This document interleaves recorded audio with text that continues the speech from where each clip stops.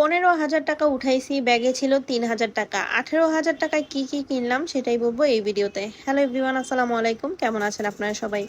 ওই দিন আমরা গিয়েছিলাম গাউসিয়া মার্কেটে। যাওয়ার সময় তো ওয়েদার ভালোই ছিল, হঠাৎ করে অনেক বৃষ্টি চলে আসে আর রাস্তায় প্রচুর জ্যাম ছিল। জ্যাম আর বৃষ্টি পার করে চলে আসলাম মার্কেটে, এসেই টাকা উঠালাম। মার্কেটে আসবো আর কিছু খাবো না, তা কি হয়? চা আর সিঙ্গারা খেয়ে চলে গেলাম চাঁদনি চক মার্কেটে। এখানে আসলে মেয়েদের মাথা নষ্ট হয়ে যায়, এত সুন্দর সুন্দর কালেকশন, কোনটা রেখে কোনটা নিব। বাসা থেকে ঠিক করে আসছি গর্জিয়াস কাপড় নিব, তাই গর্জিয়াস কাপড়ই দেখতেছিলাম। আর সবগুলোর মাঝখানে লামিয়ার এই সবুজ কালার কাপড়টা ভালো লাগে, তো এইটাই নেওয়া হয়েছে। এটার গজ ছিল 2,000 টাকা গজ, আমার লাগছে 1.5 গজ, দাম পড়েছে টোটাল 3,000 টাকা। আর এই যে ফিরোজা কালার কাপড়টা দেখতেছেন, এটা অ্যানির অনেক পছন্দ হয়েছে। এটার দাম চাচ্ছিল 3,500 টাকা গজ।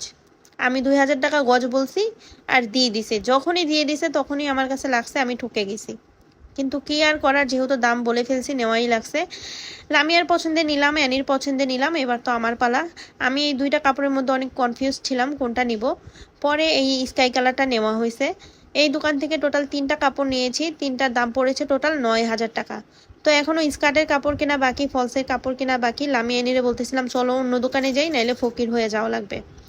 অন্য দোকানে এসে আরো বিপদে পড়ে গেছে, এখানে তো আরো সুন্দর সুন্দর কালেকশন ছিল।